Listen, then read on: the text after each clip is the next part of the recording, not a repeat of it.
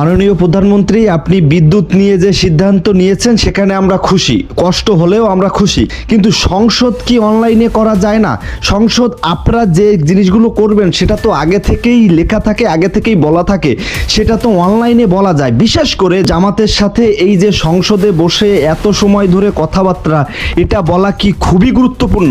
কারণ একটা জিনিস চিন্তা করেন, বিরোধী দলের কাজ কি হয়? বিরোধী দলের কাজ হয় ভুল ধরা, দেশের উন্নয়নের জন্য কথা বলা, কিন্তু তারা ওই একটা জিনিস নিয়ে পড়ে আছে 24-এর সংবিধান নাকি 24-এর সংবিধান। দেশে হামে কত শিশু মারা যাচ্ছে, কত শিশু অসুস্থ, দেশের যে তেলের সংকট, তারা কিন্তু তা নিয়ে কোনো কথা বলে না।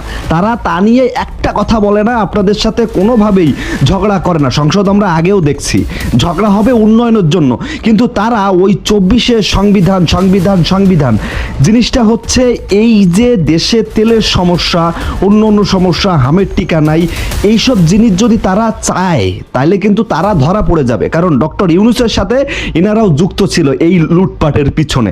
কথাগুলো শুনতে হয়তো খারাপ, কিন্তু আপনার ঘরে সন্তান থাকলে, যারা ভিডিওটা দেখছেন, আপনাদের ঘরে যদি ছোট ছোট বাচ্চা থাকে, আজকাল বা এমন বাচ্চা হয়েছে, আপনাদের মাথায় কি এই চিন্তাটা আসবে না যে আমার বাচ্চাটা হামে আক্রান্ত হবে কিনা?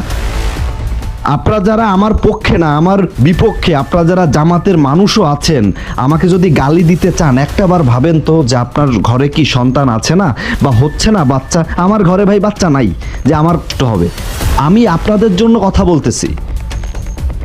এরপরেও যদি আপনাকে গালি দিতে চান, গালি দিতে পারেন, কোনো সমস্যা নেই, কিন্তু সংসদে আপনারা ঝগড়া করেন, সমস্যা নেই, উন্নয়নের জন্য।